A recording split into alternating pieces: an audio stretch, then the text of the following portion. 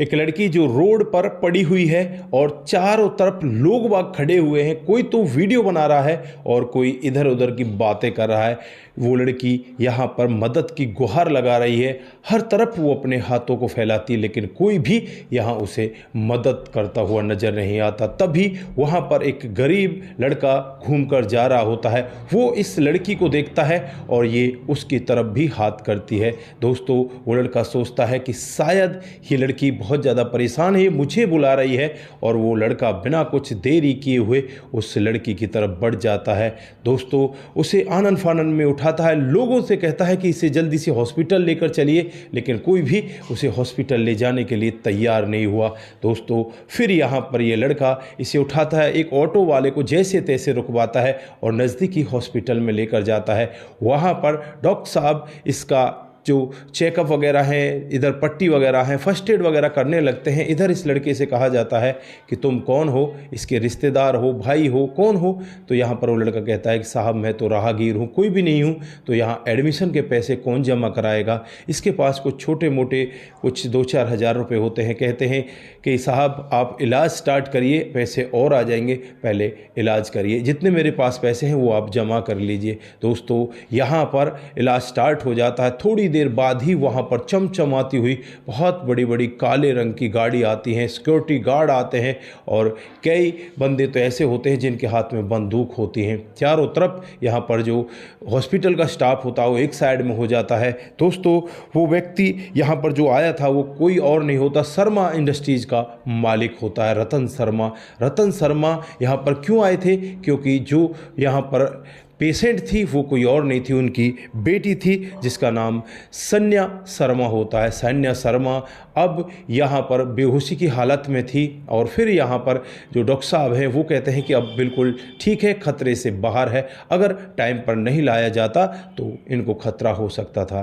दोस्तों, सबसे पहले जो शर्मा इंडस्ट्रीज़ के मालिक होते हैं वो कहने लगते हैं कि मेरी बेटी को यहाँ लेकर कौन आया था? सामने एक सीधा सा गाँव का लड़का खड़ा था जिसका नाम राघव होता है। राघव उनके सामने आता है और कांपती हुई आवाज़ में कहने लगता है कि साहब मैं लेकर आया था।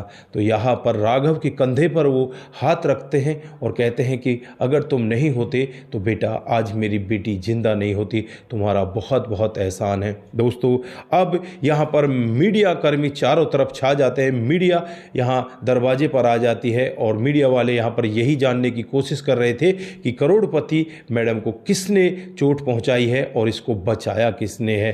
दोस्तों, राघव बाहर निकलने लगता है, लेकिन तभी यहाँ पर जो सान्या है उसे होश आ जाता है और वो भी कहने लगती है कि मुझे जिसने बचाया है, जो मुझे हॉस्पिटल पहुँचा कर गया है, उससे मेरी मुलाकात करा दीजिए। दोस्तों, उस लड़के को वापस बुलाया जाता है और वो सान्या के पास पहुँच जाता है। जब सान्या उसे पहली नज़र में देखती है तो बस देखती ही रह जाती है। दोस्तों, ये लड़का यहाँ पर बस सान्या की तरफ देखता है और अपनी नज़रें नीचे कर लेता है। सान्या कहने लगती है कि आपका बहुत बहुत धन्यवाद, अगर आप नहीं होते तो शायद मैं आज नहीं होती।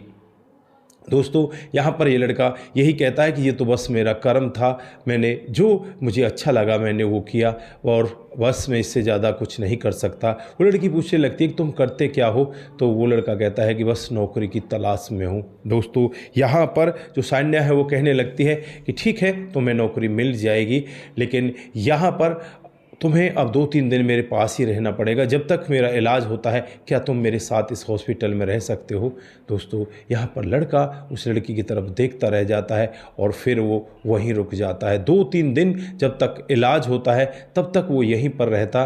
जो सान्या है वो बालकनी तक व्हीलचेयर पर बैठ कर जाती, ये उसे धक्का लेकर बाहर तक लेकर जाता। ये काफ़ी सारी बातें करते, लेकिन यहाँ पर इस लड़के को एक जो मर्यादा थी वो याद आ जाती है कि यार ये तो बहुत अमीर धनी बाप की बेटी है, तू गरीब है, तेरा और इसका मिलन कैसे हो सकता है? तू अपने दिमाग में जो सोच रहा है वो गलत सोच रहा है और ये भी तेरे ऊपर शायद इसलिए प्यार दिखा रही है क्योंकि तूने इसकी जान बचाई, बाकी इसके दिल में कोई ऐसी बड़ी बात नहीं है। दोस्तों, बाहर मीडिया में खबर फैलने लगती है कि जो सान्या मैडम है वो सिर्फ उसी लड़के को अपने पास रहने देती है जिसने उसकी जान बचाई थी। यानी कि गरीब लड़के से शायद सान्या मैडम को प्यार हो गया है। इस तरह की खबरें चलने लगती हैं और ये खबरें उसके पिता को अच्छी नहीं लगती। पिताजी यहाँ पर अपनी बेटी से कहते हैं कि बेटी, ये ठीक है, इसने तेरे को बचाया, लेकिन अब तू इसको जाने दे, इसको कामकाज करने दे। लेकिन यहाँ पर बेटी कहती है कि नहीं नहीं, मैं इसे कैसे जाने दे सकती हूँ पापा, इसने मेरी जान बचाई है और मेरी जान पर इसी का अधिकार है। पापा अपनी बेटी की ऐसी बातों को सुनकर एक बार के लिए सन्न हो जाते हैं, सोचने के लिए मजबूर हो जाते हैं कि ये कह क्या रही है। इधर राघव की तरफ देखते हैं तो राघव अपनी गर्दन नीचे की तरफ कर लेता है, उसे पता ही नहीं कि यहाँ पर हो क्या रहा है। दोस्तों, अब यहाँ पर जो मैडम है उसका डिस्चार्ज बन जाता है और डिस्चार्ज होकर वो जाने लगती है। राघव से कहती है, राघव मेरी गाड़ी में बैठो। दोस्तों, राघव को गाड़ी में बैठा लिया जाता है और फिर वो सीधे अपने घर चली जाती है। वहाँ पर 2-3 दिन रहती है। उसके बाद राघव से कहने लगती है, राघव क्या मुझे आप अपने गांव में नहीं घुमाओगे? तो राघव यहाँ पर कहने लगता है कि मैडम वो तो गरीबों का गांव है, क्या ही करोगे आप वहाँ घूमकर? तो मैडम कहती है, अरे नहीं नहीं, मुझे तुम्हारे गांव में जाना है। उसके बाद मैडम उसके गांव में चली जाती है और वहाँ जाकर लोगों की जो चहल पहल है, जो वहाँ पर खान पीन है, आपस में लोगों की बातचीत है, उनको देखकर वो बहुत ज़्यादा प्रभावित होती और जंगल में जाकर शाम को बैठ जाती है। राघव सामने होता है। राघव को देखकर कहने लगती है कि राघव क्या मैं तुम्हारे साथ यहीं नहीं रह सकती? तो राघव कहने लगता है, अरे मैडम कैसी बातें कर रही हो, हमारा एक छोटा सा गरीब खाना है और आप महलों की रानी हो, यहाँ पर कैसे रह पाओगी?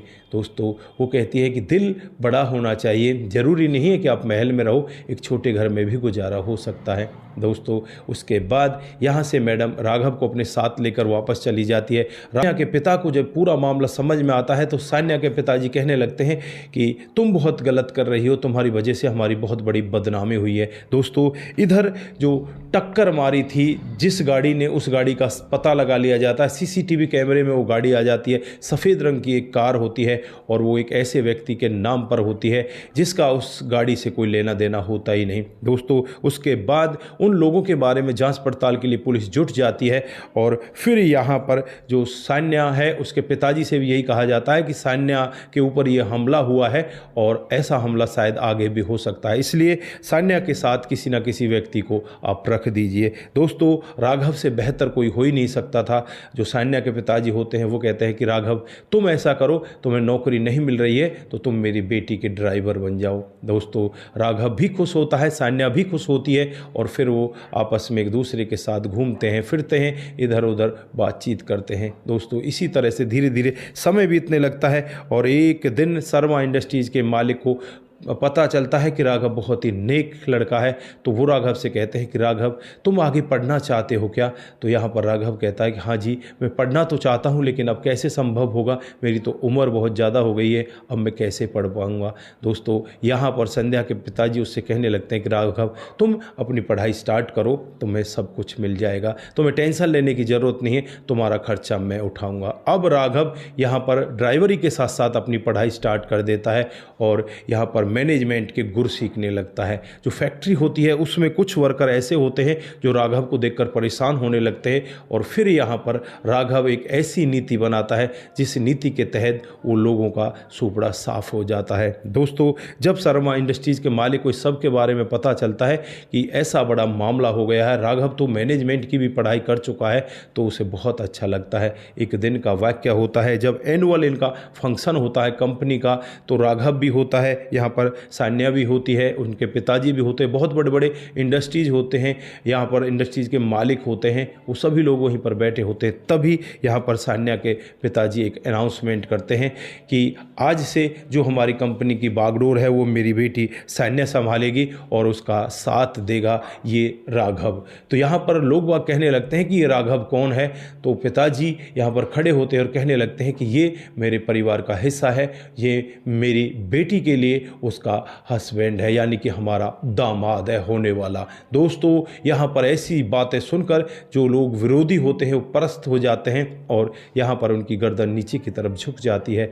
और जो यहाँ पर सान्या होती है वो बहुत ज़्यादा खुश होती है, राघव को गले लगा लेती है। सबसे पहले तो पिताजी के गले लगती है, फिर राघव के गले लग जाती है और फिर यहाँ पर राघव इस कामकाज को आगे संभालने लगता है। जो सान्या होती है उसका लोगों के प्रति बहुत अच्छा व्यवहार होता है। जो गरीब लोग होते हैं उन्हें आगे मोटिवेट करना, उनके लिए अच्छे अच्छे काम करना, इस सब के लिए वो एक एनजीओ खोलते हैं और एनजीओ में वो इसी तरह से उस कामकाज को आगे बढ़ाने लगते हैं। दोस्तों धीरे धीरे समय बीतता है, समय के हिसाब से ही इन दोनों की शादी हो जाती है और शादी होने के कुछ दिन बाद ही इनको एक बहुत ही सुंदर बेटी पैदा होती है। बेटी का नाम आशा रखा जाता है क्योंकि ये दोनों एक आशा के तहत ही आपस में मिले थे कि एक दोनों से दूसरे को आशा थी कि ये मेरे लिए ये करेगा या मैं इसके लिए ये करूँगी, ऐसी आशा इन दोनों के बीच में थी। तो यहाँ पर बेटी का नाम भी आशा रखा जाता है।